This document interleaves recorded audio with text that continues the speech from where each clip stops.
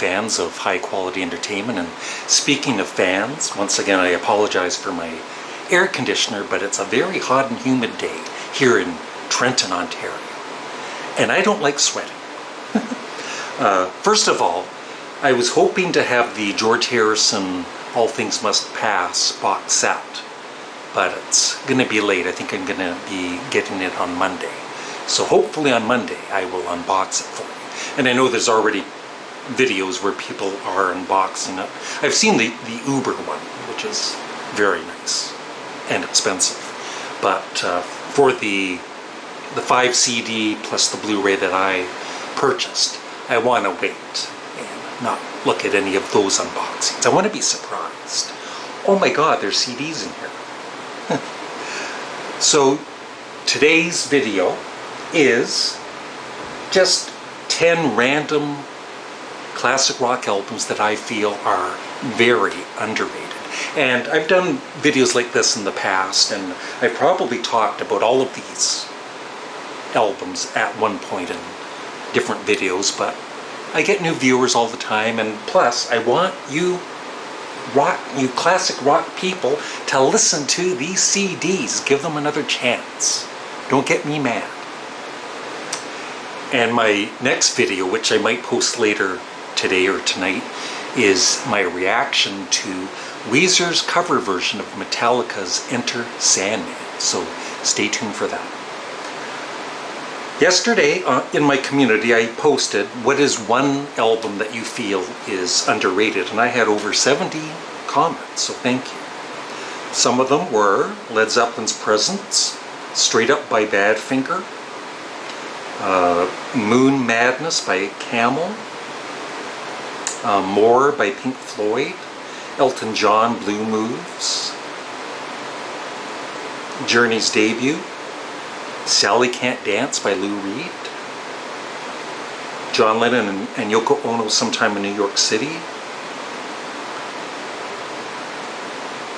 Beatles for Sale, Eric Clapton, August. Now there were, one or two that I don't feel like. Bruce Springsteen, Tunnel of Love. That's probably my favorite Bruce Springsteen album. But there were a couple that I don't feel are underrated. For instance, Arthur Lee in Love, Forever Changes. I think that's pretty well known. Like, it's not a really well known album, but it's, for the people that know of it, I don't feel that they think it's underrated. It's known as a 60s classic, so it's not underrated. The Beach Boys' Friends, Focus, Moving Waves, No Dice by Badfinger, Let It Be by the Beatles, The Who by Numbers. So I'll keep that. Sometimes I delete. I'm just curious and I leave a post up for a day or so, then I delete it because I have so many posts. But I'll leave that one up, so if you want to go to my community and read them all, I'm sure more will be added. So here we go. This isn't really a top 10 list. It's just 10 random classic rock albums that I feel, even if fans are fans of this artist, some of them don't care for the album as much as their other ones, and I think they're wrong.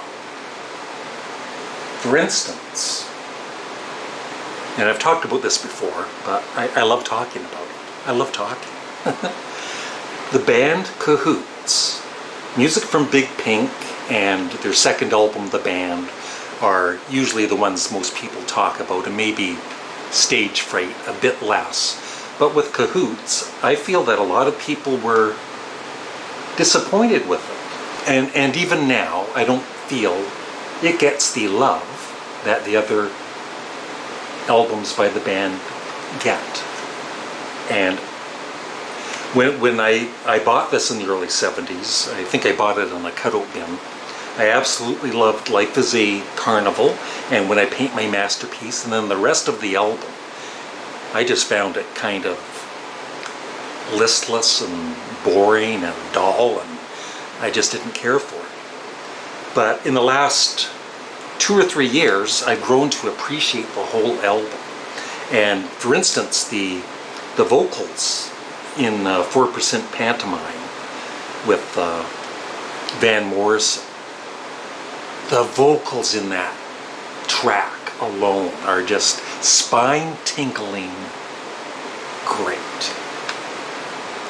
And Richard Manuel, who sings along with Van Morrison on the track, he had the most soulful, along with Van Morrison, the most soulful, unique, heartbreaking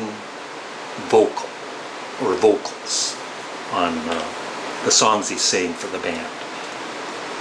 So if you're a fan of the band and you've kind of thought this is like an okay album or a disappointment, I suggest go listen to it again and forget about all their other albums and just soak your mind into this, because I feel it is a excellent album.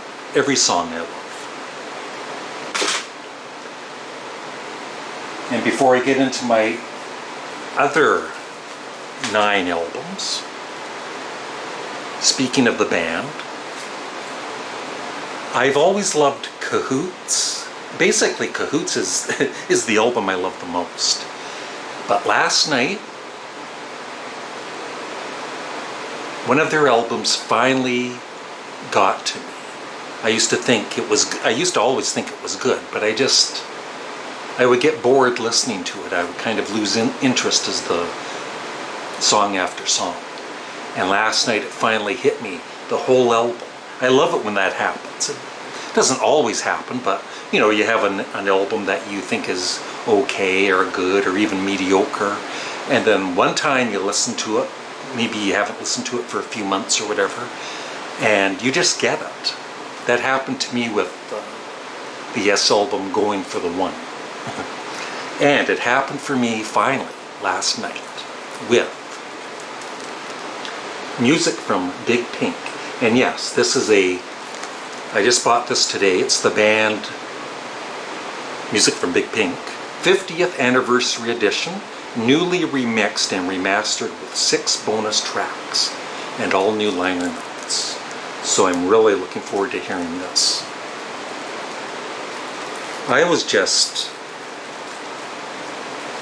The vocals on this, not just Richard Manuel, they had 3 really, really, really good singers in this band. In the band. We'll do a little mini unboxing. And of course the hype sticker. That's what you do with the hype sticker. Painting by Dylan. And I know I was reading somewhere that some person loved the album, but he hated the album cover, but I actually love it.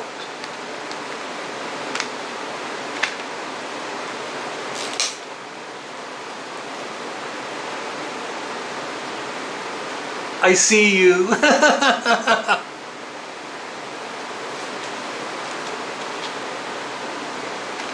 So this is kind of like a vlog. Taking my time. Nobody has patience anymore to watch a 35-minute YouTube video. And a nice booklet.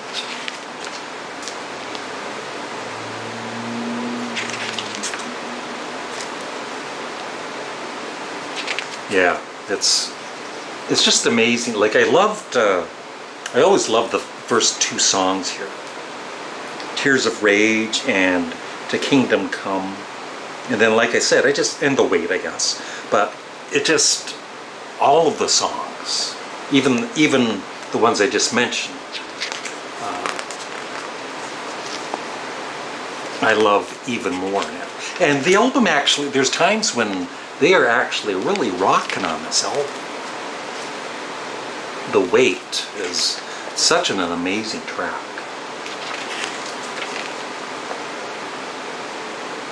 And yes, I will scan this booklet for anyone who would like to read all of the liner notes. So I need to listen to their second album, The Band, more. I like it a lot.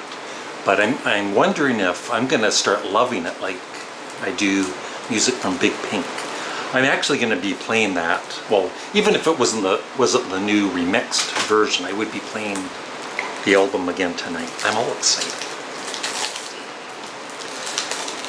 And this album is also just like music from Big Pink. It's the 50th anniversary, and it's remixed and remastered with new liner notes. And I need to listen to this one more because I've never really gotten into it. Stage Fright. And I guess the songs have been reordered. I don't think they were happy with the original order of the songs, or at least Robbie Robertson wasn't. So it starts with the W.S. Walcott Medicine Show and ends with Sleepy. And where's my hype sticker? Never discard the hype sticker. But there's bonus tracks 1, 2, 3, 4, 5, 6, 7, 8, 9 bonus tracks, and disc 2 is live at the Royal Albert Hall, June 1971.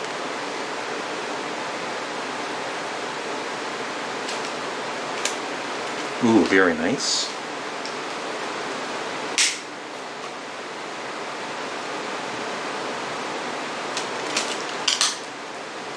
This was originally supposed to be top 10 underrated classic rock albums. I'll get to it.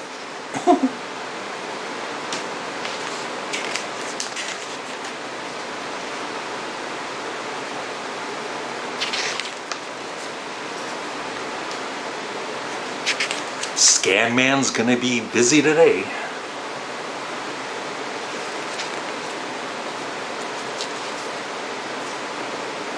It smells rustic. I love that gatefold, the original gatefold.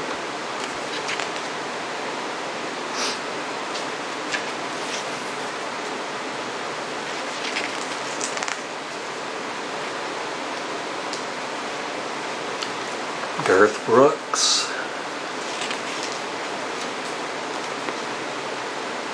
But such a talented band. And except for the drummer, Canadian. So I'm looking forward to listening to that tonight.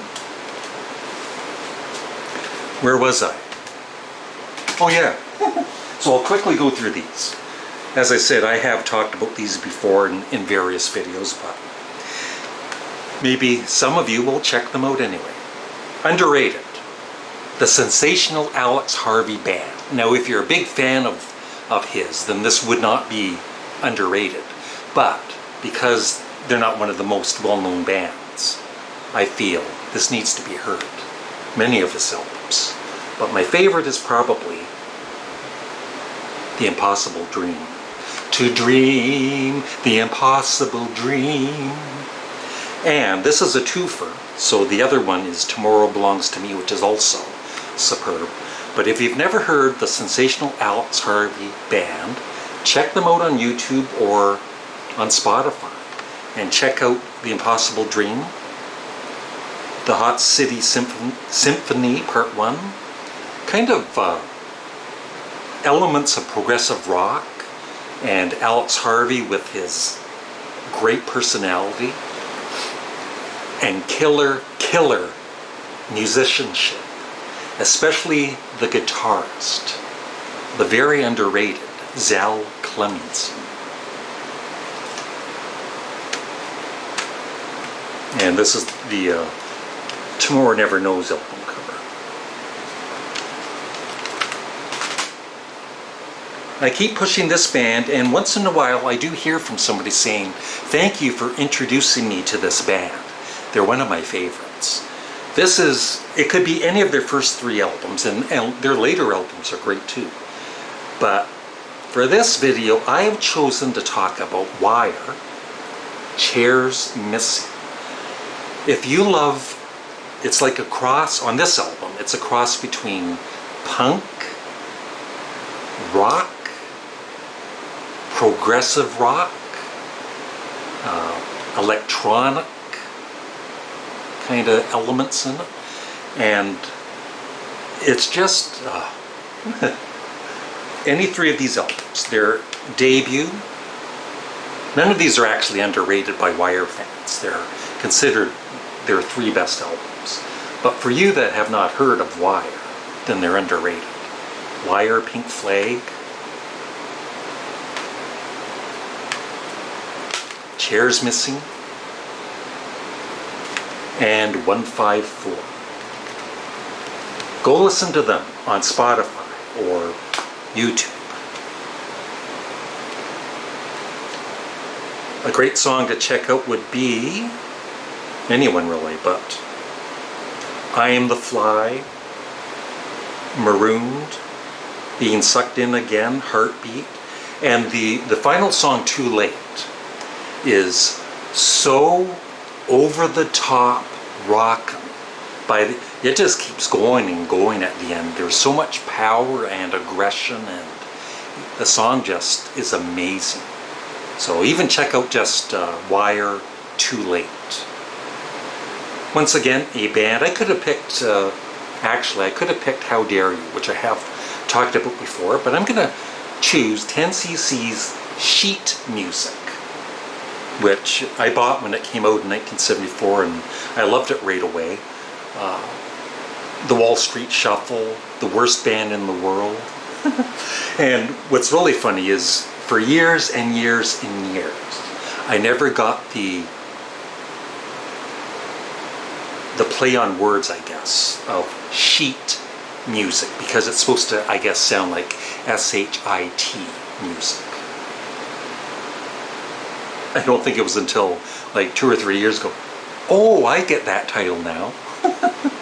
But just glorious pop rock with super catchy melodies, great vocals, such talented musicians, all four of them, and such a well-produced album too, as is How Dare You and all of their other ones, at least the early ones.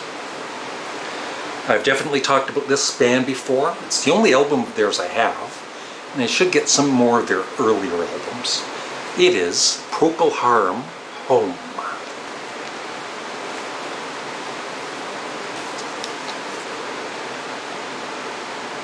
If you've never heard Procol Harum, check out Whiskey Train on Spotify or YouTube, the studio version, and it will knock your socks off.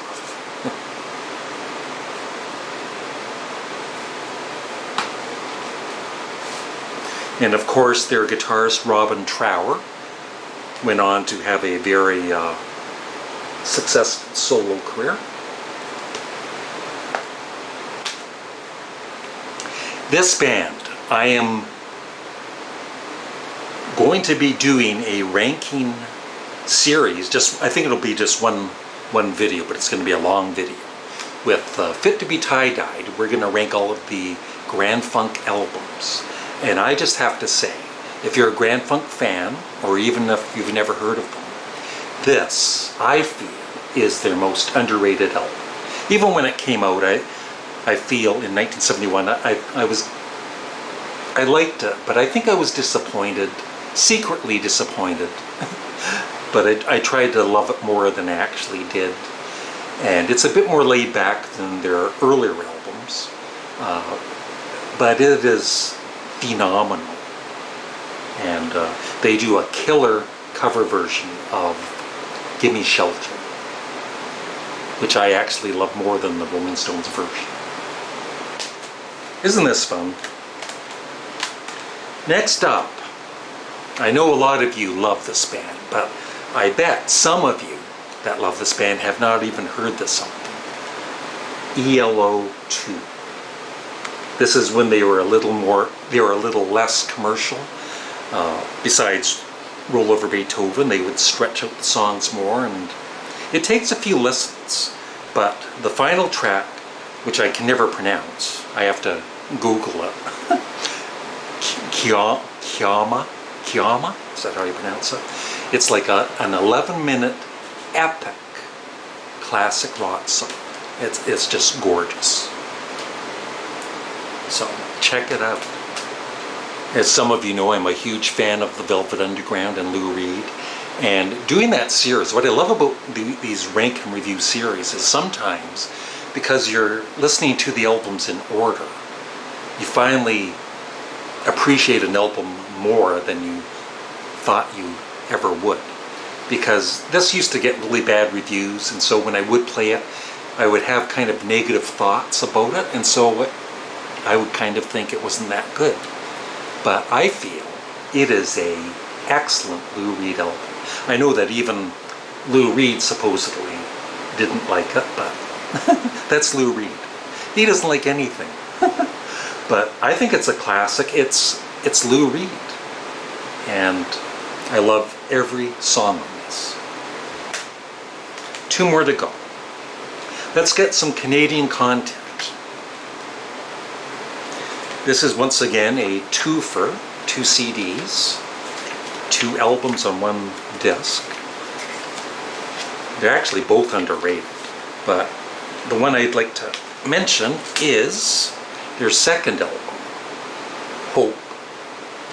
I loved their first one, 3:47 Eastern Standard Time.